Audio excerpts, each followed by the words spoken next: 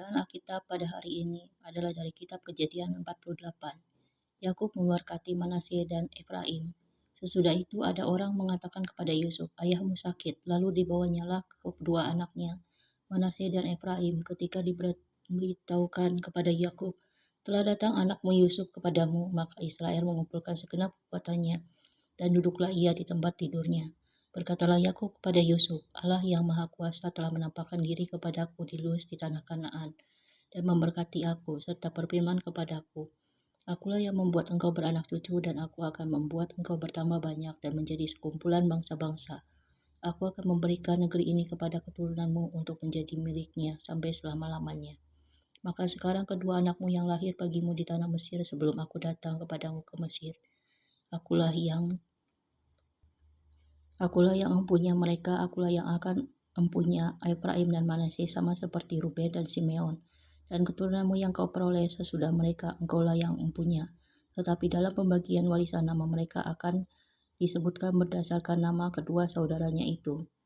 Kalau aku, pada waktu perjalananku dari Padan, aku kematian Rahel di tanah Kanaan di jalan, ketika kami tidak berapa jauh lagi dari Efrata, dan aku mengubur jauh lagi dari Efrata, dan aku menguburkannya di sana, di sisi jalan ke Efraim, yaitu Bethlehem. Ketika Israel melihat anak-anak Yusuf itu, bertanyalah ia, "Siapakah ini?" Jawab Yusuf kepada ayahnya, "Inilah anak-anakku yang telah diberikan Allah kepadaku di sini." Maka kata Yakub, "Dekatkanlah mereka kepadaku, supaya kuberkati mereka. Adapun mata Israel telah kabur karena tuannya, jadi ia tidak dapat lagi melihat." Kemudian Yusuf mendekatkan mereka kepada ayahnya, dan mereka dicium serta didekap oleh ayahnya. Lalu berkatalah Israel kepada Yusuf, "Tidak kusangka-sangka bahwa aku akan melihat mukamu lagi, tetapi sekarang Allah bahkan memberi aku melihat keturunanmu." Lalu Yusuf menarik mereka dari antara lutut ayahnya, dan ia sujud dengan mukanya sampai ke tanah.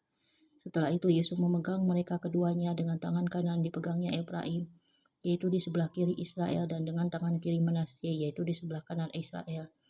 Lalu didekatnyalah mereka kepadanya, tetapi Israel mengeluarkan tangan kanannya dan meletakkannya di atas kepala Efraim, walaupun ia yang bungsu, dan tangan kirinya di atas kepala Manasye.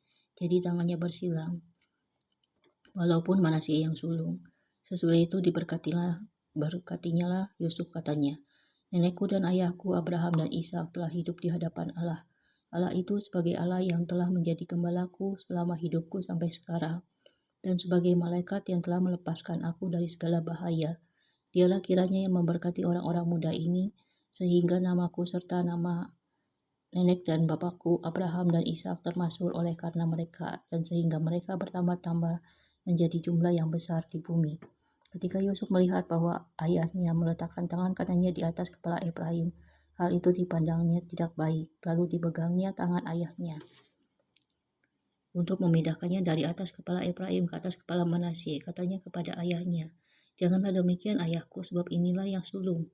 Letakkanlah tangan kananmu ke atas kepalanya." Tetapi ayahnya menolak, katanya, "Aku tahu anakku, aku tahu ia juga akan menjadi suatu bangsa, dan ia juga akan menjadi besar kuasanya. Kalaupun begitu, adiknya akan lebih besar kuasanya daripadanya, dan keturunan adiknya itu akan menjadi sejumlah besar bangsa-bangsa."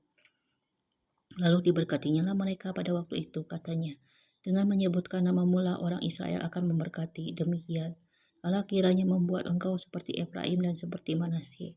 Demikianlah didahulukannya Efraim daripada Manasye. Kemudian berkatalah Israel kepada Yusuf, "Tidak lama lagi aku akan mati, tetapi Allah akan menyertai kamu dan membawa kamu kembali ke negeri nenek moyangmu. Dan sekarang aku memberikan kepadamu sebagai kelebihanmu daripada saudara-saudaramu suatu punggung gunung yang kurebut dengan pedang dan panahku dari tangan orang Amori."